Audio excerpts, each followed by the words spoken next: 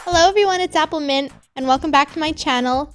As always, I post a new video every Friday, so please sure to hit that subscribe button below and the notification bell so you can be the first to see when I post a new video. So for today's video, I will be doing the Copic marker versus Crayola marker challenge. In the spirit of Christmas, I've drawn Hatsune Miku in a little Christmas attire and some presents and all that. So I drew it once and lined it on Arteza marker paper. And then I photocopied it again onto another sheet of marker paper, so that way I didn't have to draw it twice. And for this video, the Crayola markers that I'm going to be using are a variety of these. I just have a bunch here. And as always, I've got my Copic marker collection. So I'm going to point out a few things that I noticed while I was coloring using these Crayola markers. So there is nothing wrong with using Crayola markers. They actually are very vibrant, they work very well. But the only issue is that they are water-based markers. So compared to Copics, which are alcohol-based, they do not blend and they can tend to eat away at the paper. I was using Arteza's marker paper and it was the first time that I had used it, so I wanted to try it out in this video. I normally use a much thicker paper, but this seemed good for marker in general, and I think what I realized is that this paper is better for alcohol-based markers over water-based markers, because as you'll see as I'm coloring throughout this video with the Crayola markers on this paper, the paper begins to kind of buckle and warp a bit, which I was really confused as to why that was happening, and I guess it was because of the water-based ink kind of deforming the paper, I guess. And I didn't really have issues with it eating away at the paper, but I couldn't put too many coats. I couldn't layer the colors as much as I would have liked. So I basically just worked with it as I went. So one of my biggest problems was that I couldn't find a marker that was similar to Miku's skin tone. So I kind of needed a peachy color, and none of the markers that I had really fit that bill. I'm sure that they sell a peach tone one, but I just don't own it. So I was working with what I have, okay? So yeah, as I was going, I decided to go with this other color that I found that was more of a goldenish orange. However, it wasn't like a harsh orange, so I figured I could work with it. But this marker was one of the only ones in all of the sets that happened to be a bit dried out, which is why it's a little streaky. And so it didn't get any kind of smooth effect there, but that was not the marker's fault. That was just, I guess, my fault for not checking it beforehand. So other than that, the coloring went pretty smooth. I didn't really have any issues with coloring it other than the paper warping and the fact that I couldn't really layer colors as well as I would have liked, but I feel that, you know, this could have probably been gotten around if I had had a bigger range of colors. Another thing was that I had to work pretty quickly because the Crayola markers were drying pretty fast on the page when I would put it down. So to avoid streaking, I'd have to color in certain areas pretty fast so that you wouldn't notice most of the streaks. So that's just another thing that I noticed. But other than that, overall, I was not disappointed with how it came out. I think like I said, my biggest challenge was the paper that I chose to use. I think if I had used something even thicker than this, maybe it would have been better, but you know, I can't say for sure since these are water-based, so they behave a bit differently on the paper. But also the fact that I just didn't have a huge range of colors like I do with my Copics that I could have gone with. So I think, you know, a mixture of those things, maybe not a flaw directly of the markers, but a mix of what I had and what the markers can do.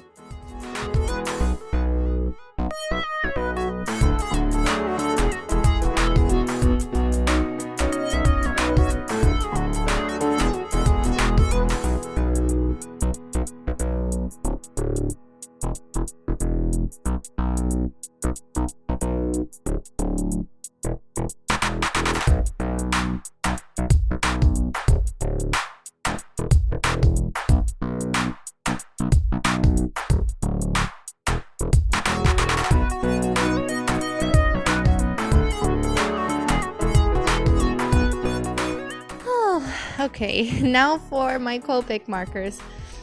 I love them. I was so happy when I switched back to them because they were just so much smoother to use. They did not do that warping effect with the paper.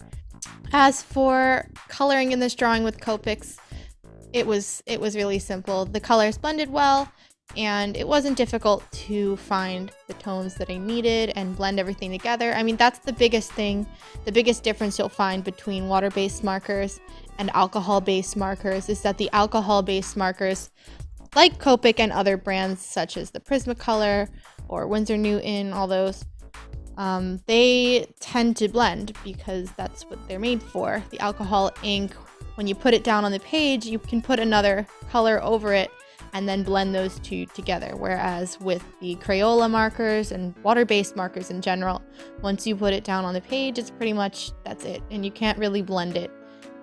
So that's the biggest difference between these two. But overall, when I was coloring these two drawings and I looked at them in the end, I wasn't really disappointed. I mean, you can tell the difference. However, I don't think it's bad. So, to say another thing about the whole, I guess, layering colors and blending, with Copic markers, I can go down on this type of paper with, you know, the base color I want to put, and I color that area in, and then if I want to shade, I can just go right over that same color with the darker version of that color or whatever I want to shade with, and it'll be fine. I don't have any issues with the paper or anything eating through, and the colors blend. However, with the Crayola markers, what I found that I needed to do was, if I wanted to shade, I needed to leave those areas kind of open. And so I would go in, like on her hat, for example, I would color in areas with the base red that I was using that I knew I would just be keeping that shade there, and the areas where I knew I wanted to shade and put shadows, I would kind of leave open so that I wouldn't be going over it again, because when it came to layering it, it kind of started to warp the paper a bit more, and some areas did eat at the paper a little bit, but it didn't do it as badly as I anticipated it might, so that wasn't that bad. But yeah, when you're coloring with Crayola markers, I think they can be used on, you know, even regular printer paper. I just think you got to be careful with how many layers you put down, because if you put too many and you color over it too many times, it'll start to eat away at your paper, and you don't want a hole in your picture or scraps of paper and chunks of dark ink everywhere. You don't want that. So I guess you can use them, just I guess be smart about it when you're shading. I'd recommend not coloring in the entire area and then going over it again with another color. Just kind of leave that space open so you don't risk ruining your image. Just to let you guys know, I'm also in the process of collecting many different kinds of alcohol markers, because I want to make a video in the hopefully near future where I compare and contrast different markers against Copics, because I know that Copics are one of the most expensive alcohol-based ink markers out there, and I know a lot of people always ask me, you know, where do you get your Copics? Or, you know, oh, I can't afford them because they're so expensive. And I want to say there are other options out there. I tend to use Copics a lot because I like that they are refillable, and I've just been accustomed to them for the past 5 years. However, there are a lot of other ones out there, so I'm in the process of kind of just collecting them. And with the holidays coming up, I'm going to be getting some extra money, so I plan on investing in some new markers. So yeah, look out for that kind of video in the future.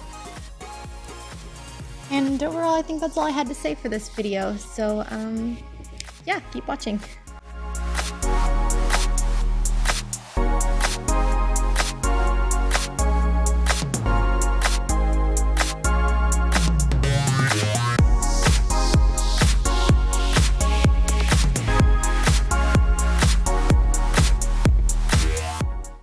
So guys, that is my completed Crayola versus Copic marker challenge. I hope you guys enjoyed watching it, and you guys can see the differences for yourselves and see what you think. But in all the things that I had to say about the Crayola markers, I don't think they're bad to use. I don't. I prefer alcohol-based markers because I like the blending, but I think for different kinds of projects, the Crayola markers are good, and I think they can be worked with for things like this. So if you enjoyed this video, please leave a like, comment below, subscribe, all that good stuff. And I hope you guys have a great holiday season. I've got a lot of fun videos planned for you guys, so please stick around. You can find all my information in the description below, my Instagram, my shop, my Twitter, everything like that. So please check it out. I will see you guys in my next video. Have a beautiful day, and thank you for watching. Bye bye!